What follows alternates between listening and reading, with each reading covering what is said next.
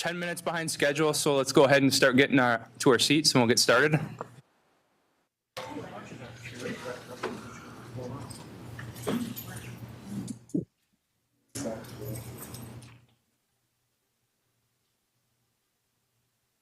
All right, so the item that we're currently on is proposed constitutional reform. So Directors Paymont and McGrory have a resolution that they placed on an agenda. It's been pulled due to workshopping, where they want to take all the components from the 2008 Constitutional Convention regarding separation of powers and put that in a resolution for secretarial election, right, Rob? Okay, so if you guys want to add a little bit more color to that, we can. After they add color, there's going to be a portion of this item where members can come on up and they can talk about what their expectations are for a separation. After that point, it's going to be a board discussion. So it gives everyone the opportunity to speak, but the debate will be amongst the board in the conversation. So, Rob?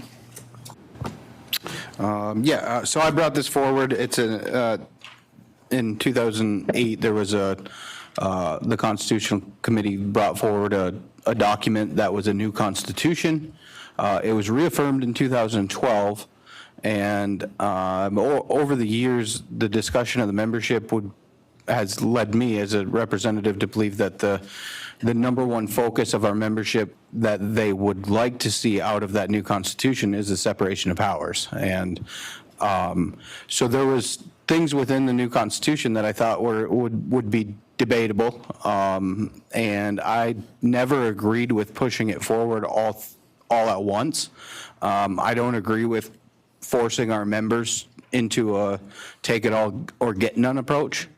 So I think individual members or individual amendments is the way to go. So what I've done is extracted only the parts of the reaffirmed 2012 draft that would be necessary to accomplish a separation of powers. And the other things, I think that for good governance, you get to a point where you say, we need to take the one thing that we all agree on and get it done, because if we put them all together, we're never going to agree to it all.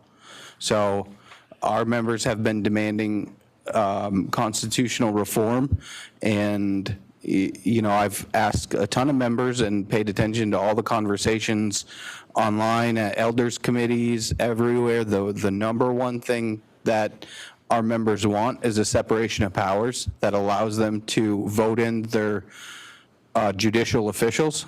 Right now, as it sits, they are board appointed. If you look at our Constitution, it's a corporate board, not a board that governs a sovereign nation, or that should govern a sovereign nation. All the power is retained at this table, and it's just not going to be sustainable, and it hasn't been. Good governance isn't concentrating all of your power into one body of people that have unchecked authority. That's just never going to work. So the separation of powers, the main function of it is to take the power from this board and place it in our citizens' hands, to place it in the hands of the members of the Sioux Tribe of Chippewa Indians. And to do that, we need to give our members the power to elect their judicial officials, the judges, prosecutor, all of that. And then most importantly, that elected judicial branch needs to have the power to interpret the Constitution and then determine whether the laws that this board passes is constitutional or not. As it stands, the board here determines constitutionality, and we get to determine whether the laws that we pass are constitutional. How much sense does that make? And how often is this board that votes on majority on anything going to also use that same majority and then determine that a law that we passed is unconstitutional? So what we have now is absolutely no checks and balances, and this board retains all power and really puts our membership rights at a disadvantage. And the way that we shift that power from this board to the membership is by separating the powers of government. Okay, Aaron, since you're also a sponsor, add further color before I add all of them so everyone knows exactly what we're talking about. Yep, and I'll go quick. So First of all, on the notion of adopting the full Constitution as drafted in 2000, over 2 years, 2005 through 2007, as reported to the board, and then again another 6 months in all units, Lower Peninsula. This was completely vetted. Members had lots of input on it. My preference would be to do an overall constitutional rewrite, but that hasn't happened in 17 years. It's probably not going to happen. And I think there might be majorities, maybe just 7 votes to get it to pass with the essential amendments. And so where I agree with Rob on the Bill of Rights, the separation of powers, jurisdiction, just the essentials in it, I agree with that. I also agree with Schlehuber's review of it, that at some point I hope he gets to explain it. There's lots of things in the draft that could be legislated rather than in a constitutional amendment. I think, I don't know, maybe they were fearful the board wouldn't do it after the fact, legislate things after the fact, but, the United States Constitution wasn't done in one full swoop. The principles were done the first time, and then we've had amendments over, 270 years or something. And so I think if we pass the essentials that are drafted, the Bill of Rights, the separation of powers, jurisdiction, then later we can articulate any amendments and we can appropriate to fill the positions. Lastly, the one thing that I disagree with Rob, there was a little disconnect in the resolution that was submitted. I don't agree that it's necessary to create another constitutional committee or another level of review. I think it's ready to go now. I think we should vote on it now. The other thing is time is our enemy right now because Secretary Holland is our secretary until January 20th.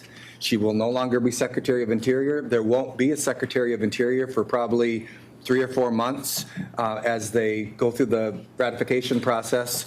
So this could get delayed a couple of years if we don't do it now. And I don't think it needs to be delayed any longer. 17 years is a long time for us not to have, done something on this. So, and I won't say any more than that because I don't want to be blamed for putting any kind of argument where people will disagree and then not want to do something because I've said it. But the final thing I want to say is I hope that we don't play any games and nobody puts any poison pills in this and make amendments that they know that either a majority of the board won't support or that the people won't support when it goes out to a vote. And that's it. All right. So I appreciate you and Rob providing that historical information. That way everyone here knows where we're at. So this would be the opportunity for the members to come on up and give some membership feedback, input, let us know what you expect in a separation. So come on forward. It won't be a give and take. Same thing during the meetings because things can go off the rails pretty quick. But if you want to come up and talk, you're more than welcome to do so. And we have a mic right there. So whenever you're ready, sir. Good afternoon. Del Powers with the Elder Advisory Committee, representing the Advisory Committee. Over, last 6 or 7 months, we've looked at the constitutions from the beginning to the end. We had a workshop meeting here about 3 weeks ago, and all the members went through the Constitution, the unit that they wanted to look at. And we really feel comfortable with the 2012 Constitution, with one exception. And the meeting before here, we submitted a recommendation for amendment for the arbitration to be reduced. And we have submitted a letter to the board with all the signatures of the Elders Committee representing that we would like the 2012 Constitution approved with that amendment. And that's where we stand, and that's our final opinion. So, I appreciate that. Thank you. okay. Thank you. Okay. Anyone else? Tyler, do you want to say something? Can you repeat what that amendment was? Oh, to reduce the arbitration timing down to referendum down to, man, I can't remember what it was now. Sorry. What was it, 10 weeks? Yeah, from 30% down to 10%, excuse me. So that, I know in the past that when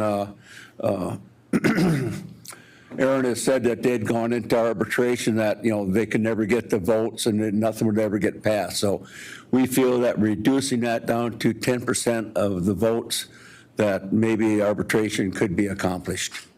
And that's it. Okay, thank you. Much Okay, appreciated. thank you. Clarence, I see your hand up. Go ahead, buddy. Yes, sir. Well, as I think some of you know, I was on the Constitutional Convention Committee. I don't usually pat myself on the back, but I was by far the one who had the best attendance to those meetings over that 2+ year period. I stated this before at the last meeting that, while I believe there should be a representative outside of the from outside of the Eastern Upper Peninsula, I would have to look for the for the greater good and say that maybe that can come someday. But for now, I do believe a separation of powers is essential. It has to happen, and the Bill of Rights, of course. So just a few questions. Comments when it comes to the separation of powers, so it'll be structured executive, legislative, judicial, of course. Would there be a vice executive? I mean, I would call it an OGMA, a vice OGMA, or somebody that would take the place of the vice chairman on the current board. And then how would the legislative body break a tie if it stays at a current 12? If you separate the OGMA, your position, Austin, out, it becomes the executive branch. How do you break a tie with the 12 board members, the 12 legislators, as what they would be called? Would you? That's just. I'm trying to figure out how that would work. I mean, if you have a 6-6 tie, where does it go?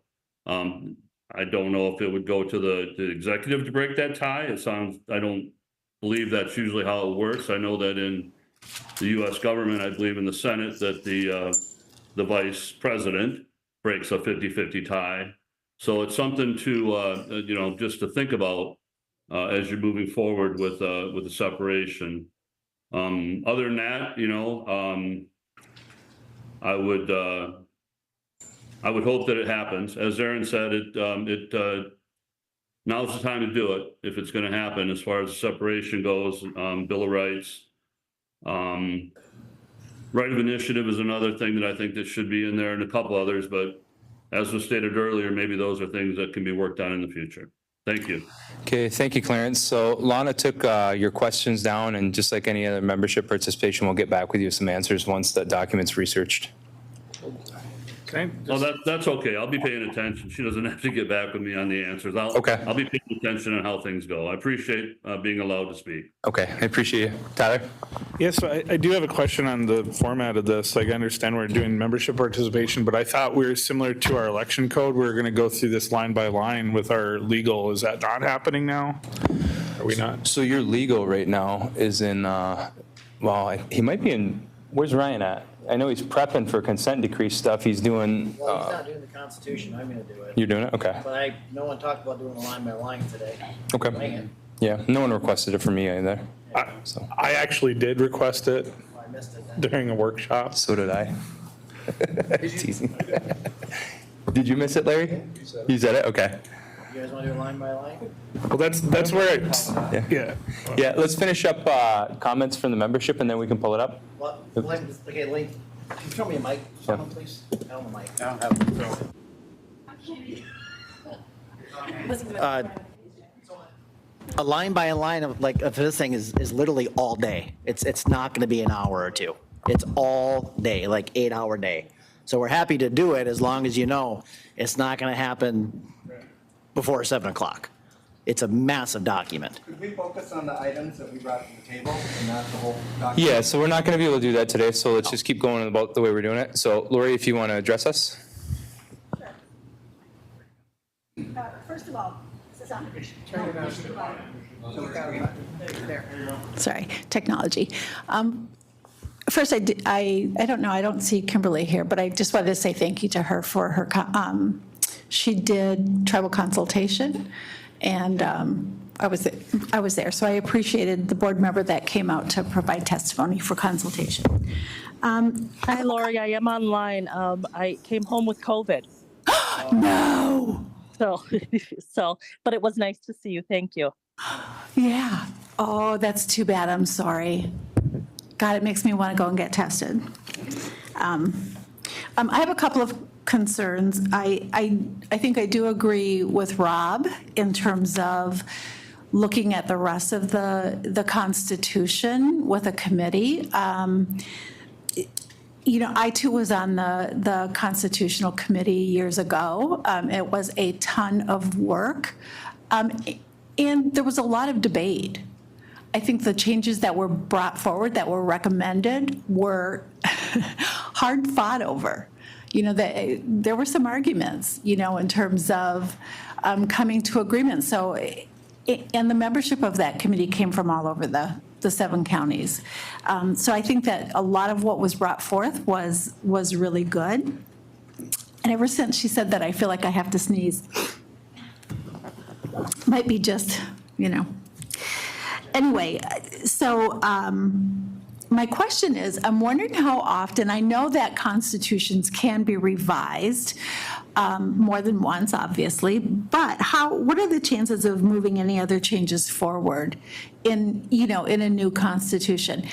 Does the BIA have any requirements in terms of you can't do it more than every 5 years, anything like that? No, Aaron's saying no. Okay. So that's my concern with not looking at the entire document.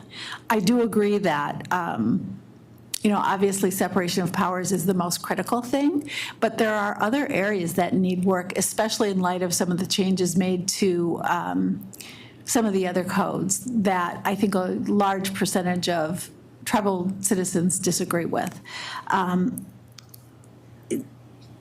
I think the other concern that I have is the composition of the judicial branch.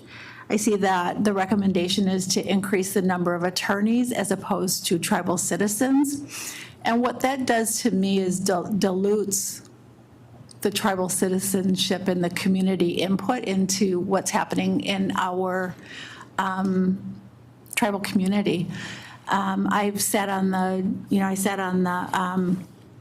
Court of Appeals for a number of years and provided a lot of input into how things have been done in our community, whether it was election, whether it was, child welfare code, all of those different committees that I've sat on and things that I've been involved with over the years. When we place the emphasis on being an attorney, you lose that. You really do. The attorneys, since in the time that I was on the appellate court, we only had one tribal citizen attorney. The others were non-native. And I'm sorry, but they are not invested in our community. They're there, they're getting paid $250 an hour or whatever it is these days. And sure, they're doing some research and they're doing, legal writing and all of that. But they're not invested in our community. And they don't have a tribal outlook. They don't have the same values that we have as tribal citizens and the care for our community members, our relatives. And so I really disagree with that. I hope that that's something that you'll take a long, hard look at. I think it's critical to have the voice of our community in our culture, right? At the end of it, behind it, it's our way of life and how we do things that matters. Not to say that the legal part doesn't, certainly it does, but I have to say that everybody that has sat on that appellate court while I was on there was capable of researching cases. They contributed, they discussed legal principles, and so I just think that's a mistake to put that level of requirement on our appellate court. And I think, as our elder commented, there are other areas of the Constitution that need to be addressed. Certainly, when you think about referendums, it has been made impossible to do one. We barely get 30%. I don't know if we get 30% of a response for our elections, right? And to get that in something else is almost impossible. You guys know what the stats are, right? And so that you've made it impossible for us to question or turn over anything that you do. You know what? You've got it all. You've got all the power. Right now, the court doesn't have any, and the people don't have any. And that is not the way you do things in tribal communities. So I hope you'll look at that. And again, I think when I came here tonight, I thought there would be a line by line as well. I thought this was going to be more of a give and take, not come on up and make a comment and then sit back and listen. Not that certainly I'm interested in what everybody has to say, but I thought there would be more give and take from community members. And so I hope that we do that at some point. Again, as Aaron said, the full document, probably not, but certainly the changes that you're looking at. I hope we have that opportunity. Thank you. Okay, anyone else? Come on up front.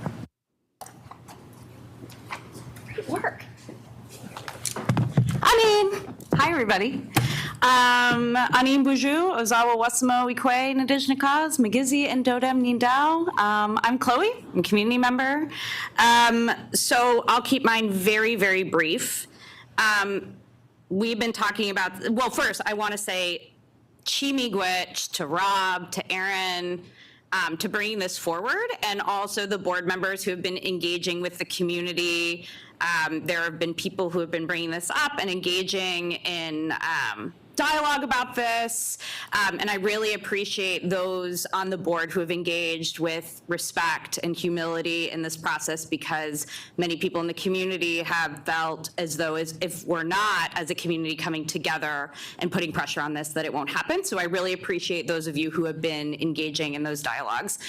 So Chimi Gwech, you know who you are. We've been talking about separation of powers for 2 decades, and right now we have no separation of powers and no independent judiciary.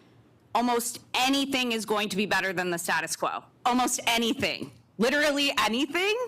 And we can't let perfect be the enemy of good. And the vast majority of the board ran on a separation of powers. And I'm pretty sure from the vast majority, I can find those things from those campaigns. So it's really time that we just get something done. We do not need to fully replicate the United States government. There is nothing holy about a 3-branch system. I'm not sure anyone likes the gridlock in the United States government right now anyway. And civil service reform and protections for tribal employees should be on the table. Chimigwech, thank you so much for making this happen. Appreciate all of you. Chimigwech, Gazagan. Okay, anyone else? Diane, did you want to come up? No, you're good? Okay. All right, so you guys want to talk about your resolutions? Consider it a workshop. Does anyone have any questions, concerns, anything that, we need to address? Tyler? Well, I'd like to address the fact that, several of us ran on this. Yeah, we did run on it. We've been trying to get something discussed behind the scenes to go line by line on this, to do it responsibly. I'm a full fan of moving forward with separation of powers, 100%.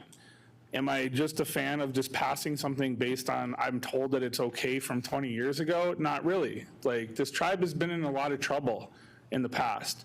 And I have the right as a representative to ask questions how this is going to affect our tribe, how it's going to affect each department, and how we continue to operate day to day. So that's why I was under the assumption that we were going to run this similar to the election code, where we went line by line. And we know even with the changes we made in the election code that there are still changes that need to be made for the better. And I'm hoping that the election commission comes forward with those recommendations so we can improve on that.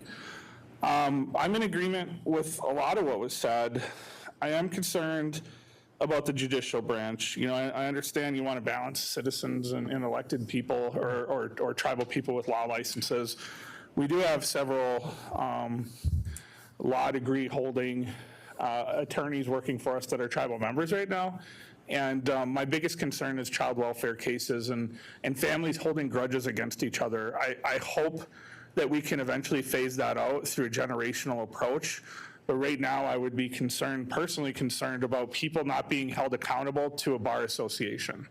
That's a real hard concern for me, is that I understand the impact of having tribal community, maybe advisors, or maybe have them come in at advisory capacity. But as far as the decision-making at this point in time, I would feel more comfortable if our judicial system had to report to a bar association so they can be held accountable externally for the tribe. That would be a check and balance for us as well.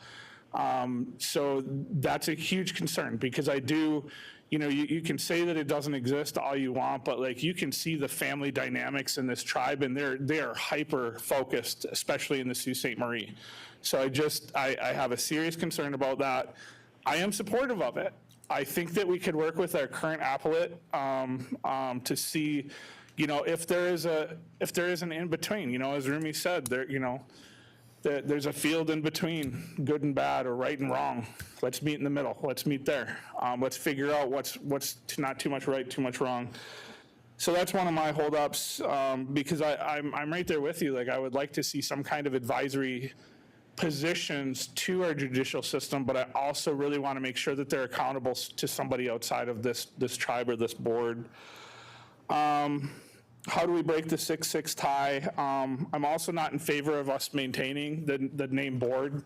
I think that's a pretty easy fix that the board can agree to, that we are a tribal council, that we have an ogima and a sub-chief, a chief and a sub-chief, or however you want to do it, but I would agree to that. The reduction in referendum, I agree with you there for the most part. The one thing to consider, though, is this is going to take 30% voter return. So we really got to push this. If we want this to happen, when we do send it out to a secretarial election, which I believe is not too far from us right now, because there's really not too much holding us up other than a couple of little things. We have to hit people we know hard, and we have to make sure that we get a 30% rate of return. We have to, for it to be a solid yes or a no. But I would agree to you that reduce the total percentage of referendum. I don't think that was ever the intent, is to take away the right of referendum. That's not the intent at all. But there was a time when we had first got elected a couple years ago that referendums were being abused because it only required 100 signatures. So if we can balance the bookends and find something, again, meeting in the middle, to where referendums are possible by increasing that number of signatures, because it was the same 105 people on every petition, that doesn't speak representative of the tribe. So I agree. Let's reduce the capacity at what it takes to return those referendums. 20% seems reasonable, but 100 signatures to initiate a referendum that often costs this tribe an additional $100,000, it's just that was too tight of a threshold. So the pendulum swing too far the other way. I'm not going to disagree with that. I 100% agree with that. But we've had so many other fires to put out in between then and now, and we didn't want to interfere with our election commission. And I was one of the people that, I think legitimately were looking forward to the election commission recommendations on that portion to move it forward. But yeah, so this one, I don't think there's too many things. It seems pretty easily achievable to get us to agree on where this portion, at least the separation of powers, is going. But again, doing this responsibly and not just caving into political pressure saying, well, you said you're going to do this, so you have to do this tomorrow or it's never going to happen. That's not true. We can still be responsible. We can go through this document line by line, make everybody comfortable, and just be like, okay, this is how it's going to impact us both with our code. This is how it's going to impact our current constitution. This is how it's going to affect our elections, and this is how it's going to affect our bottom line, because you can't put that aside either. We have to operate a tribe fiscally and financially. And those are huge things that we do need to address and understand as a board in order to fully commit to it. But like, I don't think there's anybody that's in disagreement at this point that we need a separation of powers, in some way, shape, or form. It's just how we're going to do that. And I choose to do so responsibly, and you can run me through the mud all you want because I'm asking questions. But it's not the right thing to do to not understand what this is going to do to our people, our employees. Like, we have almost 1,600 employees. Like, we could, if we halt for even a month, we could collapse the Eastern economic, the Eastern UP economic, the economy. We have an impact on that. So we just have to make sure that we're moving forward soundly, that we have a transition plan in place, that if this does impact codes, that we have those ready to go in this chance that this is passed, so that we don't sit around on our hands waiting to implement this, because when this passes, it's going to go pretty quick. And if we want to continue to operate the way we do, we want to do this without as minimal government interference as possible. So fully supportive. I just wanted to say a few of those things because I think there's been a lot of misinformation out there, because we were discussing how to get this on the table together, and this got shoved to where it was. And I just want to do our due diligence of researching this and making sure that we make the right decisions for the tribe, because like I said, if we're going to do separation of powers, we have one chance to do it the right way. Otherwise, how many years are they going to be stuck with it again? We don't want to stick another generation of the tribe under something that doesn't work out because we misread something or we misinterpreted something. It's just better to get it done right and research it and put everything together that we need to put together. Okay, so I have Lana and Rob. Did I miss anyone from the board table? Okay, Lana, Rob, Aaron. Yeah, through the years, I've talked about this a lot. We went through the first Constitution and then the second revised. And both times that it came to the table, I supported sending it out then, because there was a lot of thought and members' input into that. Whether it was perfect, it was not. I have continuously said through the years we needed to do amendments, so that when we send those out, they're concise. We have timelines, we have projections financially, what it will cost us. We've never got to that point ever. I think that starting with the separation of powers is perfect, but again, we should have the projections and a timeline of what that's going to be and the expectations, so all the members realize what that's going to be. I have to agree with Tyler on one thing, is that I thought this 3 hours we were going to go through the part of the Constitution that we did want to amend, so that everybody was on the same page and we'd have a back and forth dialogue. So that should happen, as soon as possible, that we set aside some time with the membership via Zoom, via open member meeting, that we go through just that portion, whether it take a full afternoon or whatever, as soon as possible. And then all along, since this board started talking about it again, somebody, that's our disconnect that we have, is we're never prepared or planned for anything. Someone in the financial realm of our tribe should be looking at some of those things just to know what the impact would be. So when we have this discussion, that is there, because that will come up, but then have a projection, what we can do in the immediate, so we can move forward in those steps to get there. But that doesn't happen. I did want to comment on the makeup of the court and agree with Lori on that. Our tribal members versus our attorneys, absolutely there has to be a level of legal review, but there absolutely has to be a level of our traditional ways and the way we are as a people.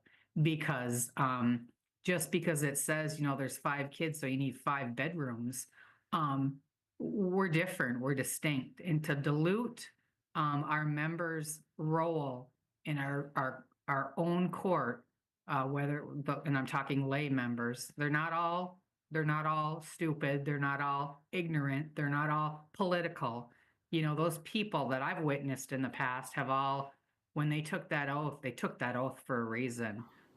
Is there some bad apples around? Absolutely. There's bad apples everywhere, but we fix it, we make it work, we try to, so we definitely have to make it so that our community members do have that say in the roles of our families.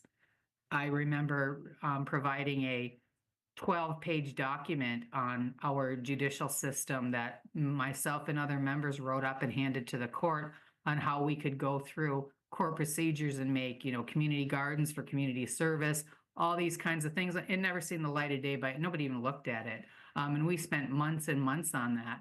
And that was to help so that tribal members that couldn't afford fines in court, that they would have to do certain community service, you know, and there would be community elders that would hand down that. And, you know, if we could ever get somewhere to that, that would be a great thing. But, and I still have that document too. I might dust it off and hand it in again. So I just think that, you know, we need to have that review line by line of exactly what we're going to do. And that'd be sooner than later. I thought it was today. Because all the things that the members are going to say today, I do know that these are the same members that have continuously voiced these concerns over the years. So to be realistic, this is a waste of their time because they've said it for years to us. And they're not saying anything new. They want a separation of powers. We should have had the projections. We should have had the timeline. We should have the document all prepared on what that amendment is going to be, and then the back and forth. And then months ago, Aaron Schleober, General Counsel, did provide us with a timeline of what the secretarial election would be. So we all have that. But that's the only real step that we've taken, and I asked for it and he provided it quickly. So, but, you know, I don't know other than, I'll stop there. I just think that, we're not prepared. We don't properly prepare internally to get anything moving. So I'm at that. That's how we always do. So I have Rob and Aaron. Do you guys mind if I say a little something? I got to go pick up my kids from school and I won't be around for this. You guys okay with that? Okay, so if we want to have legal, do a line by line, that's totally fine. We can get a workshop, you know, scheduled and they can help facilitate that. That's totally cool. We just got to let them know that. So now that they know that officially, right, we can go ahead and schedule that. You know, and while we prepare for this kind of stuff, I think we have to be pragmatic and realistic about a couple things. So number one, I've worked as a child caseworker on 3 different reservations. So the Sioux tribe can send you to jail a year or 2, but really being able to take away your kids and terminate your parental rights is a lifelong sentence. And I am dead set on having that court filled with people who have law degrees. If we're just going to have it an election, I can see the types of people that run for our elections, and I will be damned if I would let them have any authority over my parental rights if I lived on the reservation. So that's number one. Number two, I think we have to be realistic about the judges election. So number one, you'd most likely have to lengthen the term, because I'm not aware of a judge that has a 4-year term. How much does the county have? Like, is it 6? I thought it was more than that, but there's no recall, basically. So you basically have to put steps in place so they're not going to be subjected to the whims of politics. You'd have to make it the highest paid elected position in the tribe, because you're not going to be able to get a lawyer that's going to run for office and get run through the mud and terminate people's parental rights, sentence people to jail, have to deal with all the BS on Facebook unless you make it meaningful and worthwhile. And then we have to also look at the fact that there haven't been any tribal members that have applied for any of our judicial positions in a while. And that's just being real and realistic. The most important thing that I think that we have to identify as a board is, if we're going to separate powers, which powers are we going to separate from ourselves? Because having the electorate choose our judges, I mean, that's not a separation of powers with checks and balances. We have to figure out, okay, what authority does this body have? And from that authority, what are we going to divert to a different body, whether or not it's the chair's office, whether or not it's the judicial office? And we have to have those checks and balances in place. Otherwise, we're just having someone else hire the judge for us. So those are all conversations that we need to have. So as many people stated, a lot of people have campaigned on this, and we have plenty of time to figure out what authority should be stripped from the Sioux Tribe Board of Directors. And it's completely consolidated. Like, the Board of Directors has veto power over every single person that potentially gets fired in the tribe, whether it's the casino, EDC, or government. Does that make sense? Absolutely not. It could be an administrative law judge or someone similar. So Aaron will get on the calendar to have a line-by-line workshop. And A lot of questions. yep, and we can set it up similar to the last code revision that we have, and we can go ahead and handle it like that. But again, those are all conversations that we need to have with ourselves if we're going to be meaningful about separating powers. What powers are we going to separate from ourselves? Otherwise, it's just total lip service and a true waste of everyone's time. So. Who's on the list? Rob, Aaron. Rob. Yep, Rob then Aaron. Put me on that. Okay, so I'm going to respond to a few of the things that were said there. First of all, if you read the documents that's presented, it lists exactly what the separations will be and what authorities will be placed in each of the branches. So that part's done. It's been done over almost 20 years now. It lists out what the executive branch, what the judicial branch and what the legislative branch's powers will be and how they do provide a check and balance. I'd like to thank our general counsel for giving a synopsis of what the line-by-line discussion will look like, and I think it's necessary. I didn't put this forward thinking, hey, we pass it today and vote on it tomorrow. It's our members have come forward in droves saying they want a separation of powers. I believe we got 8 representatives here that campaigned on a separation of powers. I think it's necessary to move forward. But like Tyler said, I think it's necessary to move forward responsibly. And if that's a line-by-line workshop, it needs to be done quickly, though. It's not going to take months and years to do. It's something we can have line by line. Let's look at all of the implications, whether that's financial or what needs to be changed in code to make it happen. But the document's done. There's going to be minor things and maybe some major things that need to be changed with it, but the fundamentals need to remain the same. The courts need to be elected, which I'll comment on that right now, is the makeup of the court. It's already defined in the amendment.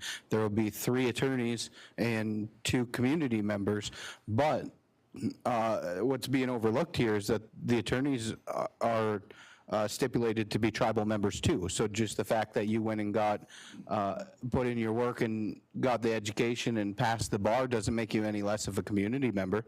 You're still a member of this tribe.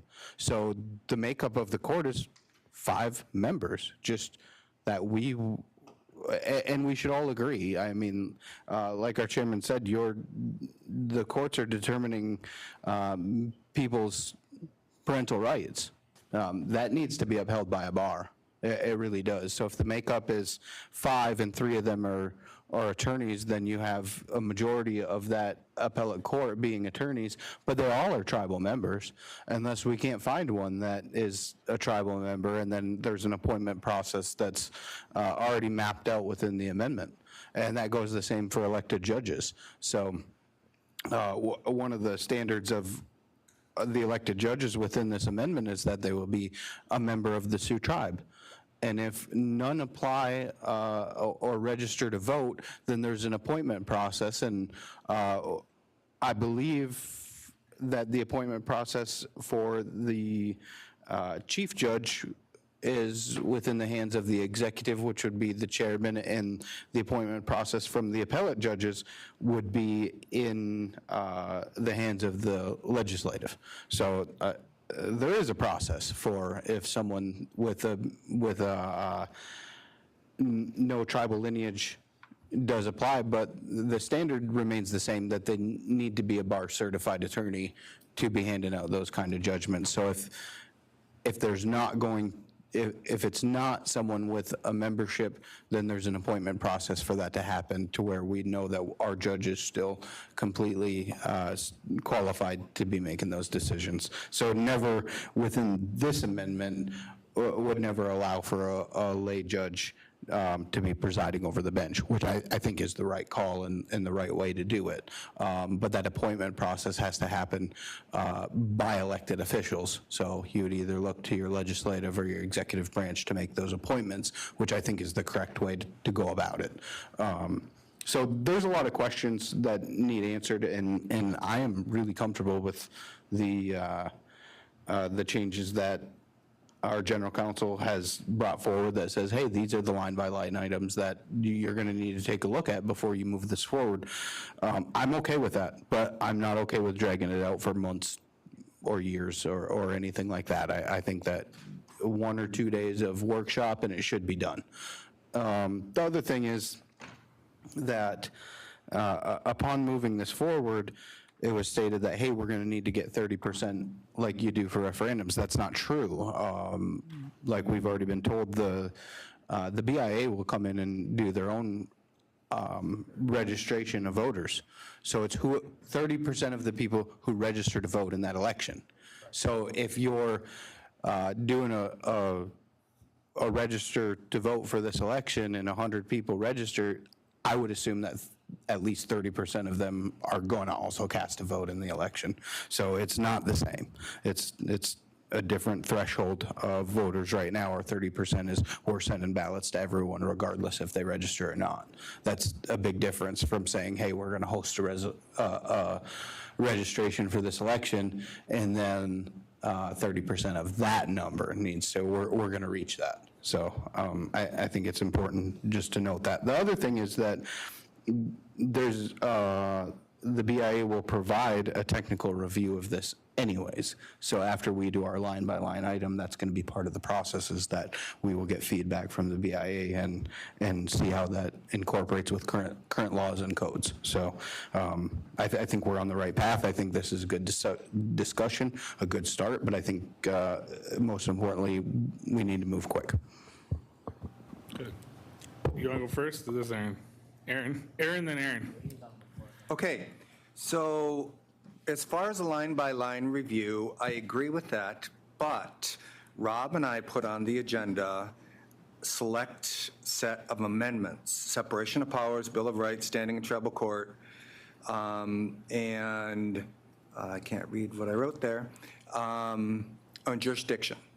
So unless there's a chance that board members think that we're going back to the whole document and we're going to entertain Unit 6 at large, all this other stuff that's in the draft, I think a line-by-line review of all of that is unnecessary, because if we aren't going to vote on that and that ends up being the poison pill, then that's unnecessary. And to me, like I said, I hope there isn't an effort to, put up poison pills so it looks like you support it, but you actually don't support it because you're trying to get it either voted down at this table or killed by the voters. So as far as tribal court, Austin made a really good point on the way out, and it was, if I have a custody case in tribal court, I don't want anybody but an attorney to weigh in on that. I don't want somebody with some cultural values that I don't agree with. Where did they learn their cultural values? I learned them from my grandmother through our family line. I know that what I believe is distinct and different from some other people who have their cultural values. And that's not to diminish them, but their values have nothing to do with my custody. And so if I want a court deciding on whether or not I get to keep custody of my child, I don't want somebody else's values they learned someplace else to have any say in it. I want a legally trained judge who has a license to practice and who can lose their law license if they mess it up. So, this notion that somehow these cultural values or these community values override your civil rights is nonsense. I don't think that they do. And I also think it's insulting when people presume that tribal members that are legally trained are somehow less cultural and don't have those values. I think that might be a little jealousy for people that don't have law degrees. Go get a law degree. We're all disadvantaged.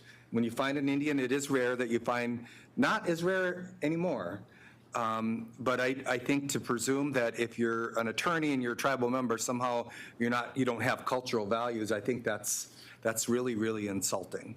And I'm not saying that that's what was said here today, so let me make that clear. I've read all the drafts over the years, and I know some people have, are new, or relatively new. The only person really that's new right now is Larry, right?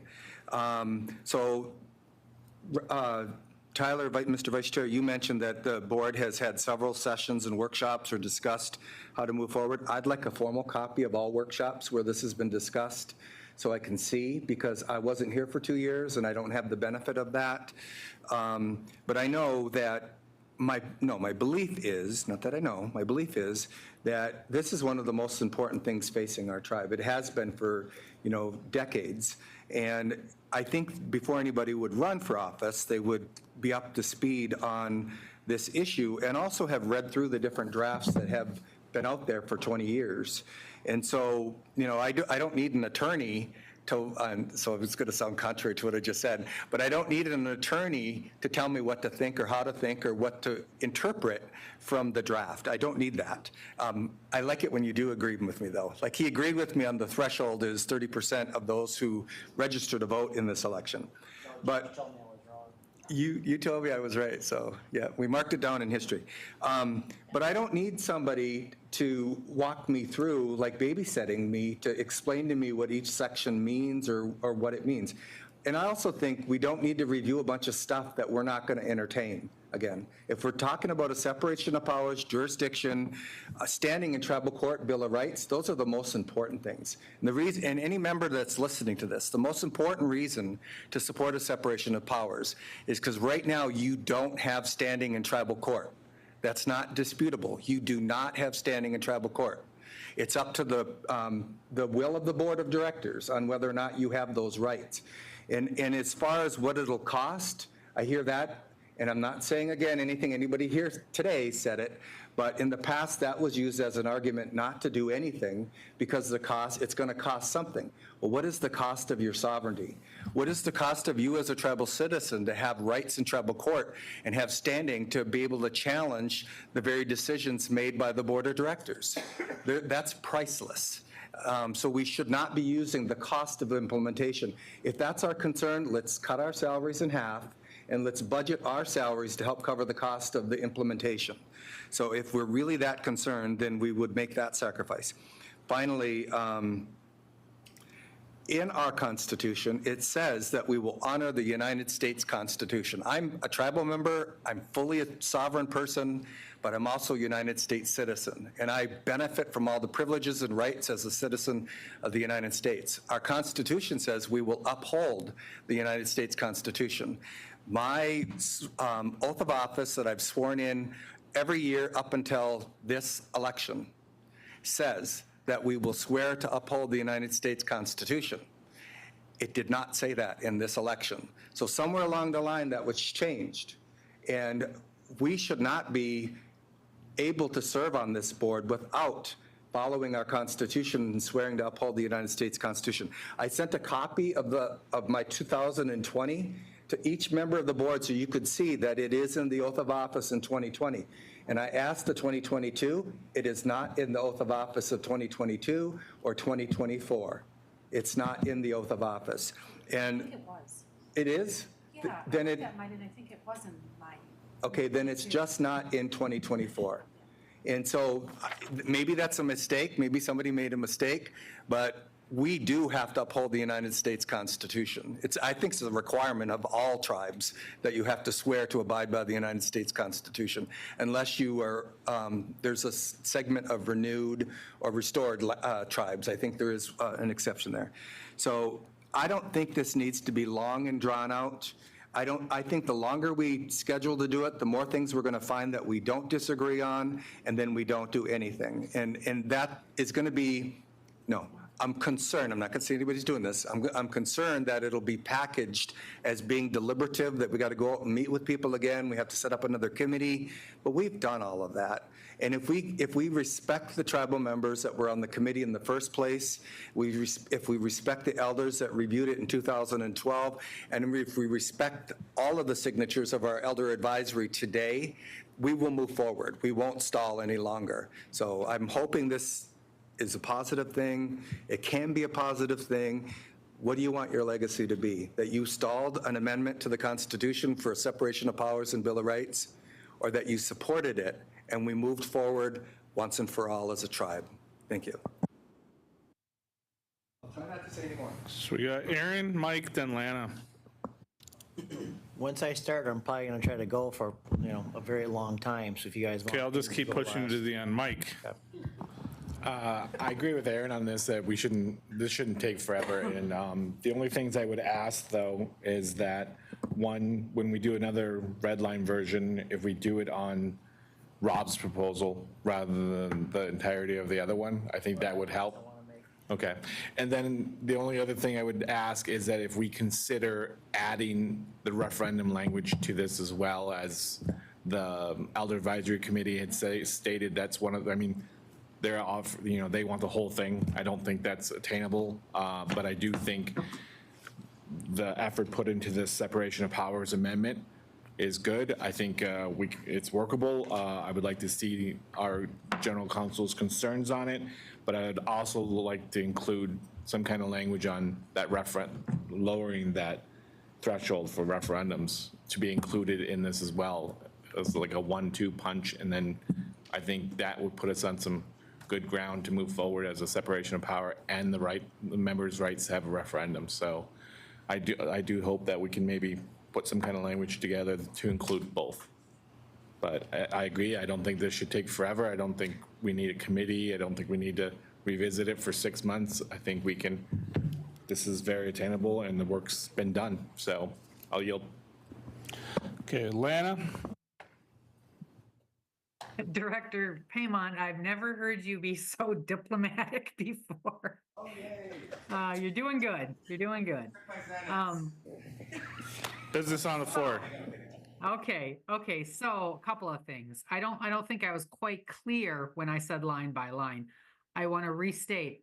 I assumed today was that line by line on just the amendments. That's what I envisioned. That's what I thought. I thought everybody thought the same thing, but apparently not.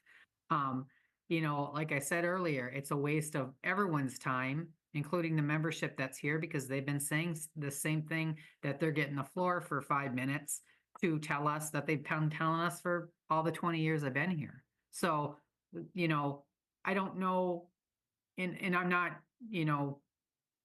we do need to do one thing by the end of this meeting, and that is clearly schedule a date for this line by line, afternoon session, morning session, whatever, just to go through that with all of whatever we need in that to make the decision to very next make the decision to move out the amendment portions, because I agree with the ones we have on the table now. So I wanted to say that. I will agree with another comment that was made, that the oath of office did get changed. The board had no role in that. I didn't even really notice it until, someone had mentioned it. We used to have to read all that in Ojibwe too. That was tough. But so another thing I have written down here, I do think, I don't want to dilute our tribal values. I guess instead of members, we should say tribal values and tribal traditions instead of citizens or members, because I certainly don't want anybody that doesn't have a law degree, if my grandchildren were in tribal court, of course not. So I believe there's a role for attorneys with law backgrounds and a role for our tribal values and our tribal traditions. So maybe if we just changed it from members and citizens to traditions and values, because those are in stone. We know those. It doesn't have to be individual's point of view. And if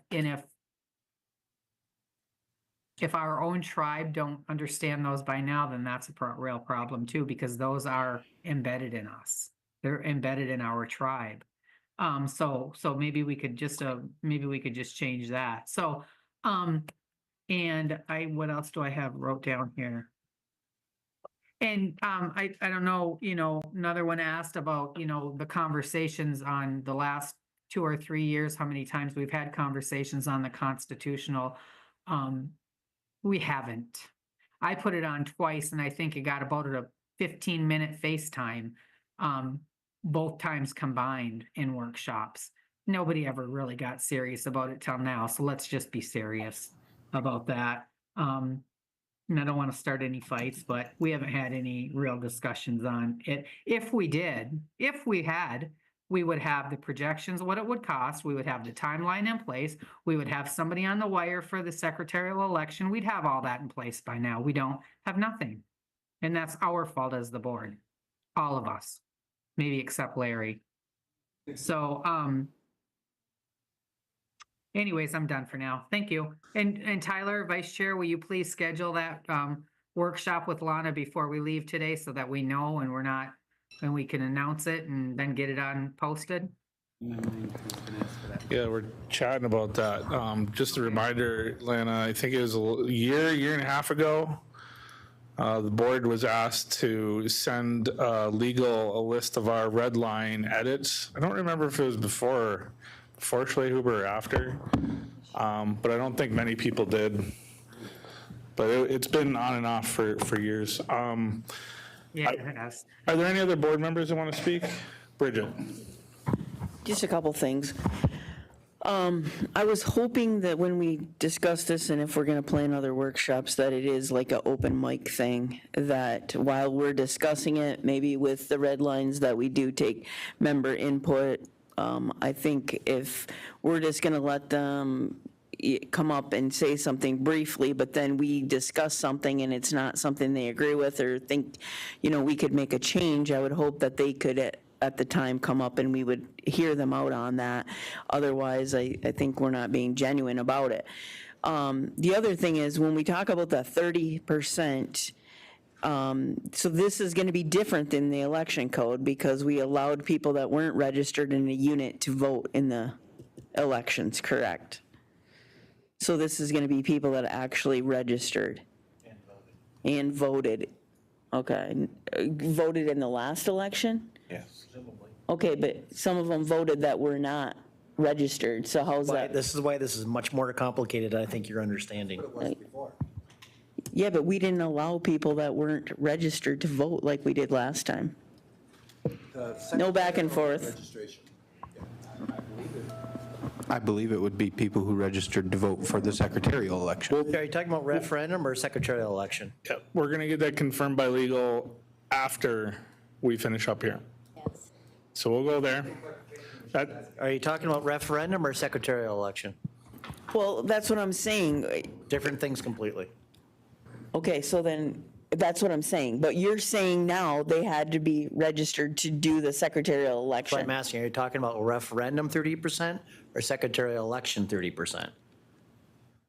Secretarial election, that 30% is going to be, they have to be registered. No, so the Bureau will do its own registration drive. Everyone gets an envelope. Inside is a registration form. You send it back in. I think Rob's example is accurate. If the Bureau receives 100, 30% of that have to vote. Okay, thank you. Not vote affirmative, vote. Are you good, Bridget? Yeah. We got Kim G, then Aaron. I was just going to say, they send out a registration to all eligible voters over 18, and then 30% of whatever comes back has to be reached when they make the final vote. Yeah. I've done many of them. Are you good, Kim? Okay, before we pass Aaron. So let's find ways to get to yes. I agree with Mike, and I appreciate you publicly stating your position. Let's do the referendum one while we're at it. And the way we can correct that because it was an unintended consequence, because I watched all the videos when the board voted to automatically register people for the chair's election. And I don't recall any conversation about the referendum, and I know the board's getting blamed for that because people are saying that that was done on purpose to try to get away from referenda. But all we have to do is go back to the practice. The practice in the past was you could vote in the referendum if you were registered and voted in the previous election.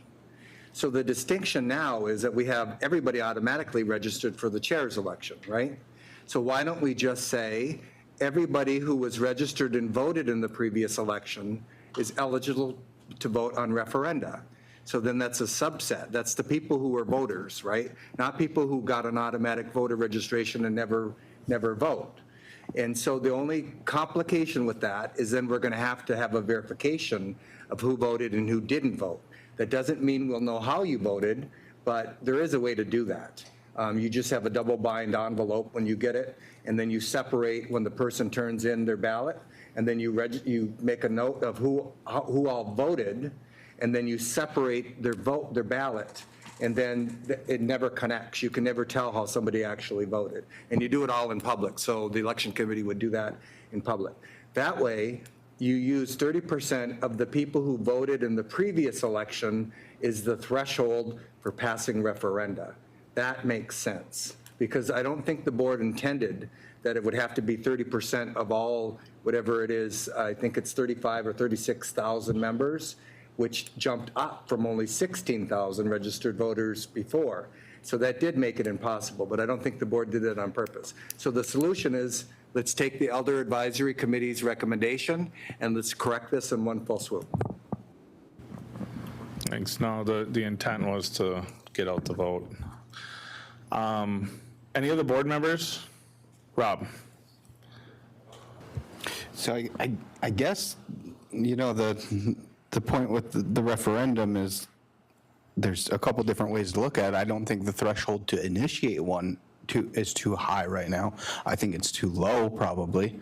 I mean, I could get 100 signatures pretty easily for almost anything, but does that mean I should be able to interrupt the functions of the government by doing so? I don't think so. But I think that's more left for our members to decide rather than us to decide at this board. I think maybe making the threshold to initiate the referendum a little bit more stringent, but then why not just say why do we need a percentage of threshold for people who vote in the referendum?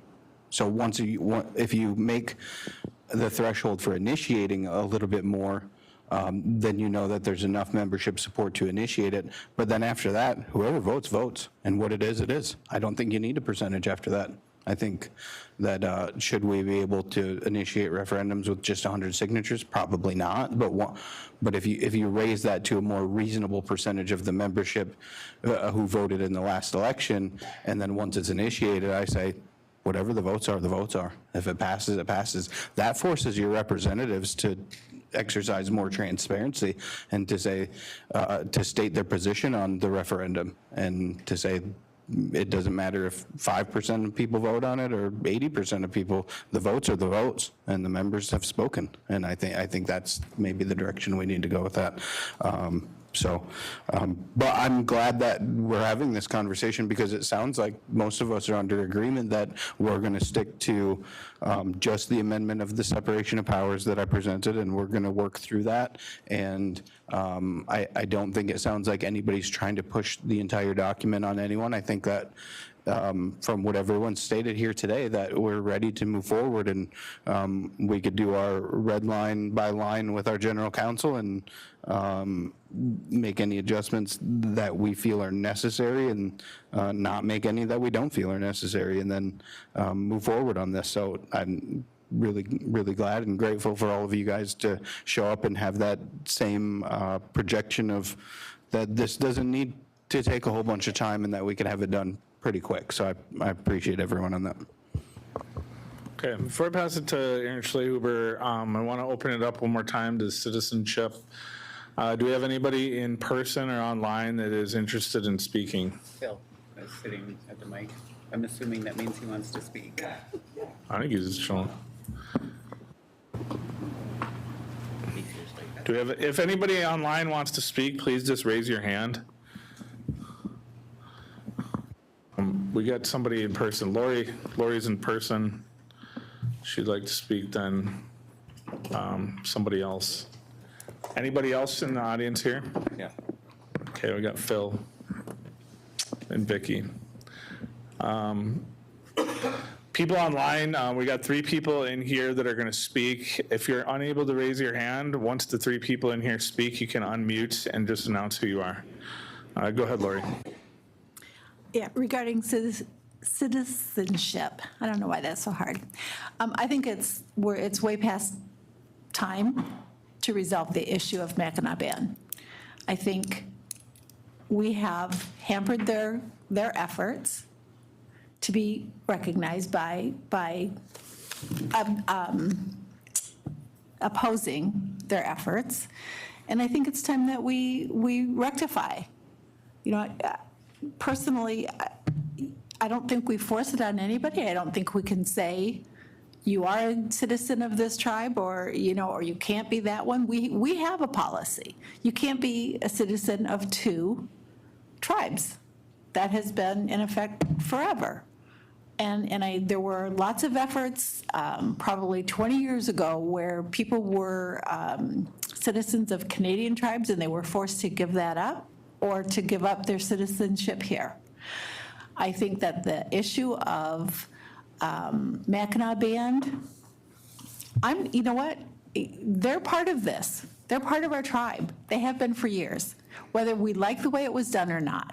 I do agree it was done improperly, but that has been our reality for how many years, right? When was that done? I don't even know, but many, many years. I'm not all about kicking them out, but I think it needs to be resolved. And I think, you know, the way to do that, you know, I mean, I think it needs to go to a vote of the people. Whether we do that prior to any other changes, I'm not suggesting that we hold this back. I think we can do separation of powers, but then I think there are other issues that need to be addressed, and that's one of them. And whether or not, you know, I think there are ways to do it. You know, you send out a ballot with multiple issues for the citizens to resolve, and that's a big one. And I think much like the United States right now, there's a big divide. And the only way to rectify it is to a vote of the people. And we either say they're in, or if a majority say they're out, then they're out. I don't think that will happen. But I also don't think we can just push it down people's throats. That would be my suggestion. Okay, we got Phil, then Vicky, then Rob.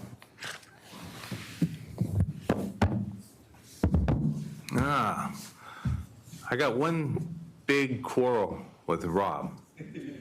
I'm sorry. Okay, I forgot. So we don't direct anything towards other board members? Well, we can't go backwards. I know, sorry. We had a full constitution with the elders, with legal's help almost all the way for 20 years. And now we have a board member pushing their ideas on a different. Why can't we just pull all the information you need out of our constitution and use it instead of redoing that after 20 years of legal help? Legal helped us the whole step of the way on that. So why aren't we using that? We are. That's exactly what mine is it's only retracted the articles that are needed for the separation of powers. But you pulled it from ours, right? It came from the 2012 last affirmed. I changed nothing on it except for only the appointment parts for the judicial because that needed to be resolved. So if you look, I put this out, and I'll put it out again. So section attachment A of this is the amendment that only takes out the separation of powers, but I didn't draft it myself. I took it from the 2012 Constitutional Committee, word for word. Okay, good, It's thank not, you. it's not my ideas. Thank you. It's from the Constitution Committee. Absolutely word for word. Yeah. So there was, I think, 6 or 7 edits that I did make, and that's only because there wasn't a function or a mechanism. Let's say a judicial official runs for office, and there's not a Sioux Tribe member that runs. You would need an appointment process there, and that's the only thing I added. And I added it in section B just so members didn't think the way that you were, that I just went and did my own thing. Section B of this shows every time that I had made any little adjustment at all, and there was only very minor things like that. And I couldn't think of anything better to say that our executive, which would be our chairman, or our legislative, which would be our board, are elected officials, so they should be in charge of the appointment process should a member of our tribe not register to run for judicial appointment. And that's really the only edit I made. So I do have to correct you on that this is not my ideas. This is word for word from the 2012 committee. Good. I just wanted to make sure they knew. Yeah, That's so- good. It is. I'm glad, thank you. So Rob clarified at the beginning, I know that you weren't here at the beginning, so this was pulled directly out of it. The reasoning behind it, again, too, is so, because it's something that we believe that we can all agree on is the separation of powers and the Bill of Rights. So that's why this was pulled out specifically to just hyper-focus on this. So that's why I let Rob finish responding, but yeah, go ahead, you can finish. One other question. The line for line meeting that the board wants, is it going to be for all members, or is it going to be a closed meeting? So I'll just go ahead and answer you directly. My intention would be to have it as an open meeting. I would like to see it operate the same we did with the election commission, where we went line through line. Then we had member input sessions. And then there's additional steps beyond that with the BIA and things like that to confirm that we're doing it correctly. But that would be my intent. I don't know about the rest of the board members. I don't think, because we're talking about the Constitution, I don't believe there would be anything that would need to be enclosed at all. So the hope would be that it would be open to the membership, that we would be able to have a dialogue similar to this, and that we could go through, everything, just so everybody understands the implication of each of those lines and how it may impact us as a tribe. Okay, thank you. I will add, I will agree with, Go ahead, Rob. I will agree with the vice chair that this absolutely has to be open. And when we do line for line, I would strongly advocate for every member to have the opportunity to comment on each line for line.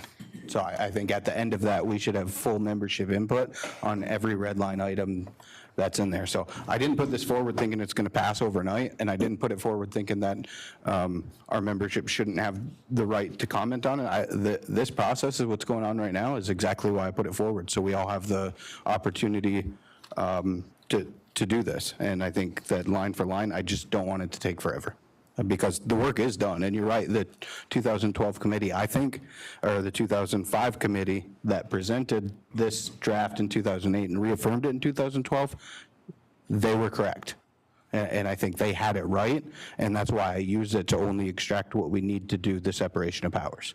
So I will put this back out just to make sure that everyone knows that you can look at attachment A here, and then attachment C is the original draft of the Constitution that was approved by the committee in 2012. And you'll notice that what I presented and what was affirmed in 2012, it is the same exact thing.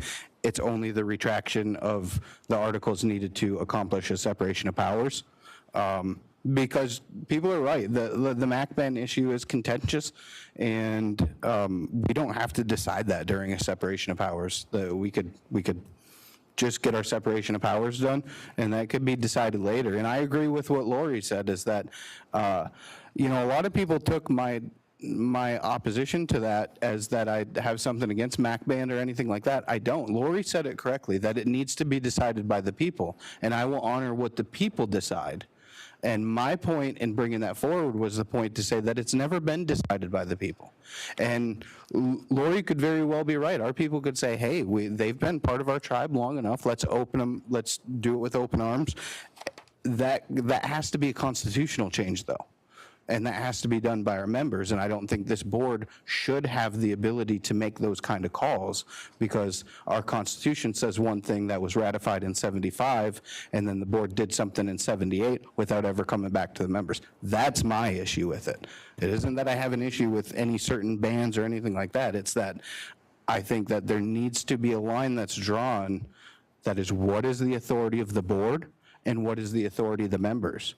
And when you do something that contradicts our Constitution, I think that has to be placed in the hands of the members. So if our members come back and say, we're gonna adopt MACBAN into our tribe fully, I will fully support that because it came from the members, not the board. So that's my point. I got a question for you on that. Then why would it come from the, so say we passed the separation of powers, why would it come from the membership and not from the Supreme Court at that point? Because then the Supreme Court would review our Constitution. Right.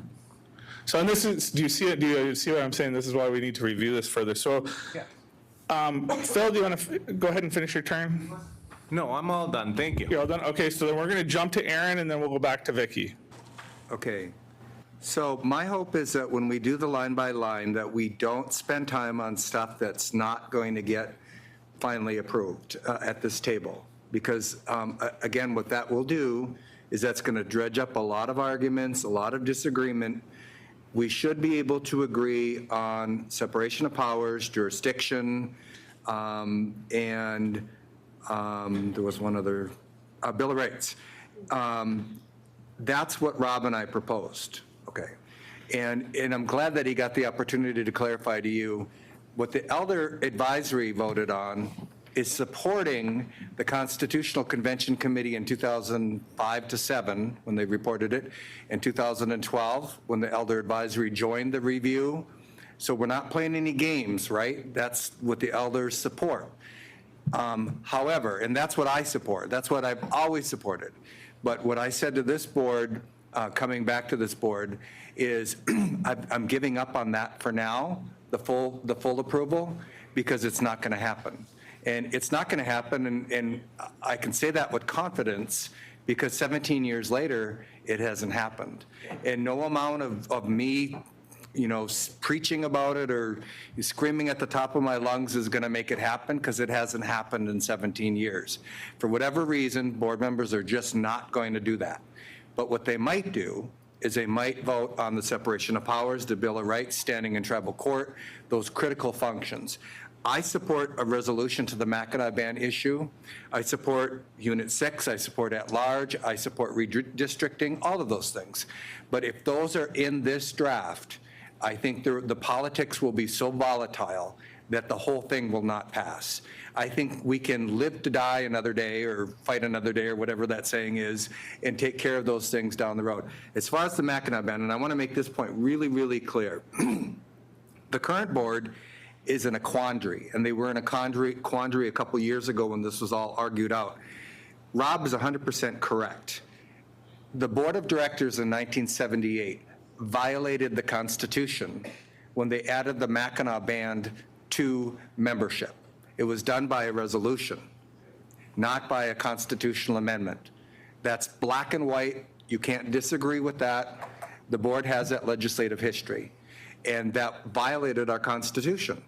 But the problem is it was accepted, and the United States has adopted it. So when this goes out to a vote of the people, all of those members that became members by virtue of being Mackinac banned are going to vote on this. So how's that vote going to go? And if I don't think that what the registrar said when it was 50-50, that I don't think that number's correct. I think it's 30% last time I understood it. But I think that's going to pass, because I think all the people that are Mackinac band that are in the tribe now, and I think all those people who care about our blood relatives in the tribe will support the Mackinac band. I think the hate group is a very small group that's out there. And I know one of my supporters is going to beat the hell out of me tonight online because I'm saying this, because I believe in unity, and they, for all intents and purposes, they didn't know the board violated the Constitution when they made them eligible. And so I think they are our people. And they originally, my understanding is they originally were also proposed to be part of the tribe, but the United States government said, take them out, otherwise you won't get adopted.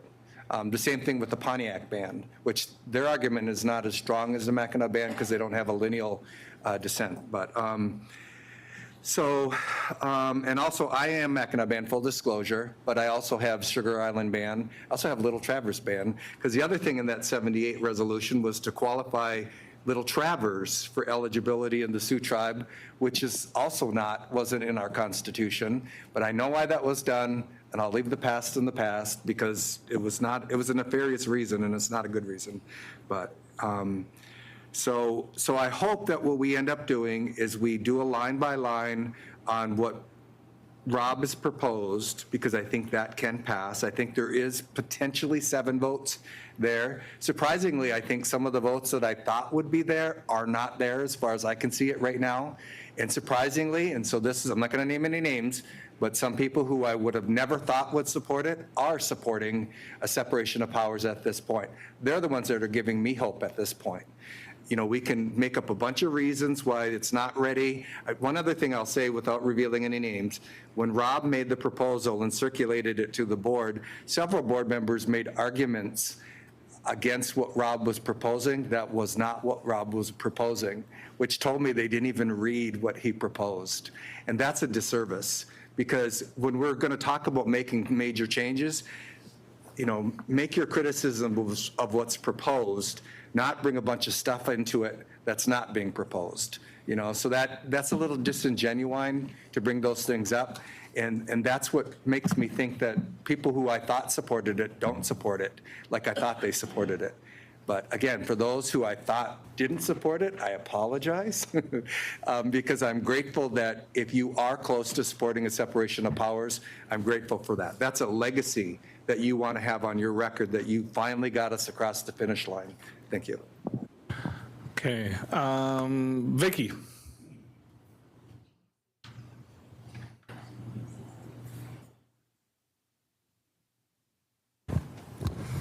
Hi. Aaron, I want to bring you back to history, okay? My dad, I remember John D. Carr, actually traveled down here several times to put this all together. You know, that was before we were a legal represented tribe. And Dad said, if we're going to live in the white man's world, we need to follow the white man's law. That doesn't mean that we don't have to follow our tribal laws too, because those are just as important. But if you're going to live in this land, you have to be respectful of what was written in the American Constitution. That being said, I also listened to my dad and some of the other people that were working on this way back in the day, is that there was the thought that there was going to be a separation of powers, and that there were going to, and that's the direction that we were going to move into, and that we were going to move into just not, and I hate to say it this way, but it's true, just a bunch of people that wound up, you know, sitting on a board or, you know, or in legal stuff that really didn't have that much knowledge. Aaron was right. If I lived on the reservation, which I did, that's where I raised my son on Kanoji Cord, and if there was an issue, I would have wanted a legal judge and lawyers to work with me, and just not somebody that was sitting on the board and that had an issue, you know, with whatever it is. We have to bring this all in, and we have to make this all fair for all of our people. And yes, I've seen too many times where board members have had too many angst to play, you know, with other people. We can't do that. And that's where it brings us back to separation within our board, within our tribe. And we have to respect all of that. That being said, I also remembered the discussions way back in the day about the Mackinac Band. And they're our family. They are part of us. And for years and years and years until that separation happened, they were included, in the Upper Peninsula here, in our end here. So I think but again, you're right. It shouldn't have been just done with the resolution. It should be done at the level of our Constitution. Everything has to be done legally. And that's the problem that it's been for a long, long time. And yes, we should have the right to voice our opinion and to come to a consensus. Are you going to get everybody that's going to agree? Heck no. But at least let us talk to you and let us work on this and move to the right directions. I haven't come and talked about the Constitution and that for all these years because I felt like my word didn't matter. Really and truly didn't matter. And I made the decision this morning, to leave work at White Pine and come here and to learn more. And I'm glad I did, because this is moving hopefully in the direction that I think that we should be moving into. So I appreciate all of your work. I appreciate everybody that's worked in on this. But I think that we need the separation of powers, and I think that we need to, as members, need to be a part of this too. So I agree with the line by line, the red lines, and I think we should be able to talk about this. And I understand that there's a whole lot of this that, you're right, Aaron, you can't lump it all together and let everybody agree and let it pass. We need to work on this and pass the stuff that we know that we can. If there's other stuff that needs to get worked, which obviously there is, then we work on it, we come back, and then we figure out the best way to do this. But if we've just let it sit here for the next 20 years, we're never going to accomplish a dang thing. So if everything stays the same, nothing changes. And you're right. We know what's going on in the rest of the United States, and I don't want us to be a part of this divide. I want us to come together. And there is no word for hate in our language. So we need to move past that whole thing. And I know I'm preaching to the choir here, but I've come and talked to you guys before about that, is we need to just work at not fighting and not having these huge divides and disagreements, but we need to come together. This is the only way we're going to move forward. And I appreciate you listening to me. Thank you very, very much. Thanks, Vicki. You're welcome. You good? Good. Just really quick, following up on yours, I pulled up my 2022 oath, and it's not in there either. But Lana and I pulled up our Constitution. It is in the Constitution. So by swearing an oath to our Constitution, we're still swearing an oath to the U.S. Constitution. Right? I want to know So, who took it out. yeah, but it was definitely taken out in 22 and 24. So just so you know. So we got a response here from Kim Gravel, and then it looks like Colleen Ford. Okay, go ahead, Colleen. Can you hear us? Online, Colleen Ford? Yes, I can. Okay, go ahead. Can you hear me? Yep, we can hear you. Go ahead. Hello, everybody that's there and those online. I'm just really excited to think the separation of powers is about to happen. That's really wonderful. And to see the board working together so kindly without, people taking jabs at each other, it's so refreshing. Congratulations. I also want to say I'm a MAC band member and I joined in the 70s. I've been here a long time. So, but I feel that's kind of a red herring. We've got so much business to take care of and things to do and a future to look forward to. Why are we focusing all our attention on the division? But anyway, that's all I have to say. And thank you for giving me the time. Thank you, Colleen. Kim Gravel.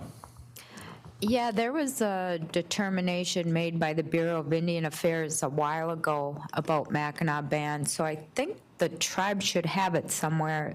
It was pretty much, they can determine their membership. It was when a secretarial election happened and there was a group that